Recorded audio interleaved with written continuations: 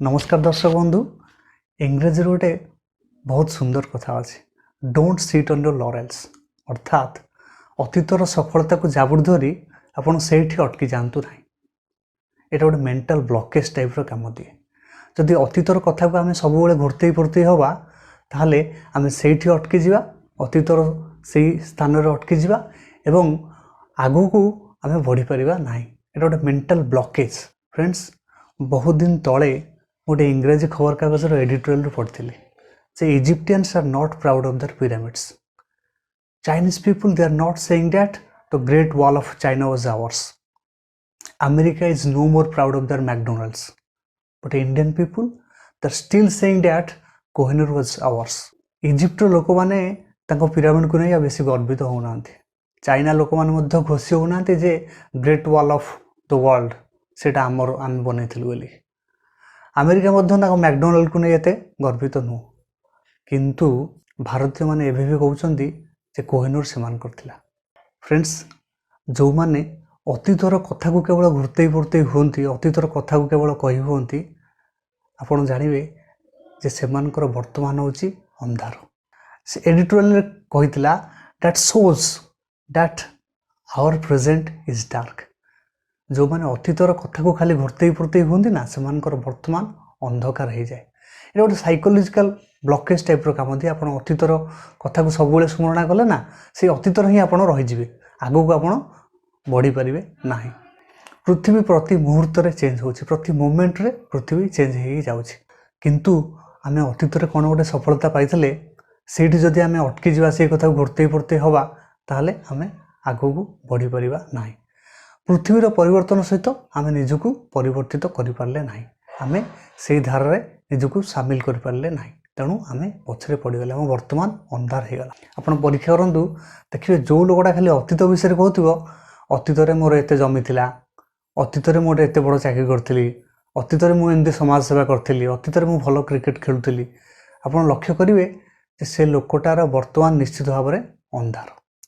गोटे छोटिया कथा कह प्रसंग में जड़े महात्मा थरे तांको जड़े लोक बहुत गाली देला बहुत अपशब्द प्रयोग कला किछि दिन पर से लोकटा तांको पाखक आसिला महात्मा ताको अति आदर सहित पाखरे बसैले खाया पीया देले भल मंद पचारे शिष्य मैंने बड़ा आश्चर्य हेले लोकटा गला कहले आज्ञा ये लोकटा तो आपन को बहुत अपमान देइतला बहुत कुकथा कहितला आपण केमती ताको एते आदर सह पाखरे बसौचंती। महात्मा गोटे बहुत गुरुत्वपूर्ण उत्तर देले जोटा कि आम समस्त शिक्षणीय।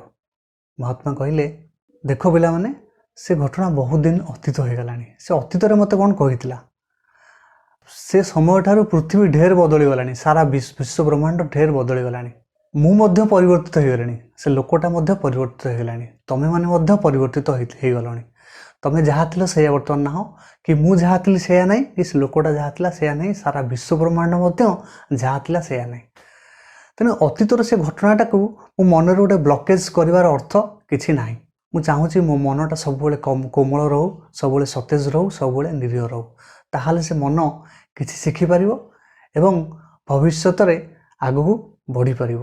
आम समस्ते अतीत किसी सफलता अर्जन करें अतीत किसी क्षत आम मन में किंतु आम सेटा को गंठी कर बसवा कौन ठीक कि से अटकी जावा कौन ठीक कि आम मान आगे जदि जड़े खाली अतीतर कथा स्मरण करें आम बोर होवानी बर्तमान पीढ़ी निश्चित भाव में बोर हो तेणु से अतीत से लोक मैंने कौन कर से घटनाटा को गंठी करके आग को बढ़ी पारि ना किंतु सूत्र कहूँ don't rest on your laurels पुराना कथा को मन में गंठी कर रखु ना आग को सब बढ़ंतु। ए दुनिया रे गोटे कथा हूँ स्थिर that is change change is the only constant in this world बाकी सबू कथा हूँ परिवर्तनशील बाकी सबू कथा दुनिया रे परिवर्तित हो जाउछि। आपनकर एकदा मन थी आईपीएल ऑक्शन रे युवराज सिंह 16 कोटी टंकार नीलाम होते किंतु परवर्ती समय 1 कोटी टंकार भी कौन फ्रांचाइज नेवाकू राजी हेले ना। युवराज सिंह जदि कहे अतीत मुझे होता सेमती होता मुझे खेलती 16 कोटी टंका नीलाम होता नोबडी इज गोइंग टू जज हिम ऑन दैट बेसिस से अतीतर बेसिस रे अतीत से बहुत छक्का मारुले से बेसिस रे कहीं जज करने राजी नुहति। वर्तमान आम कौन वर्तमान आम केमती परफॉर्म करुचे से बेसिस रे ही आमको लोक जज करेंगे। धोनी आप समस्त जानते सीएसके कौन परिस्थिति बर्तमान होची। धोनी हाज नथिंग टू प्रूव। से अतीत में बहुत करिश्मा देखते, बहुत छक्का मारी, बहुत बड़ बड़ इनिंग्स खेली, बहुत आक्रमणात्मक इनिंग्स खेली, भारत को दुईटा विश्वकप विजयी कर। तथापि ही हाज टू प्रूव हिमसेल्फ। तांको प्रमाणित करने को पड़ुछि। A lot many they are putting question mark on the caliber of Dhoni. Dhoni caliber ऊपर क्वेश्चन मार्क लगाउछन्ति। यार कारण है अतीत में धोनी कौन करथिले से बेसिस रे से आ निजको शो करि परिबे नाही। तांको वर्तमान रे प्रमाणित करने को पड़िबो जे से कौन करि पारुछन्ति।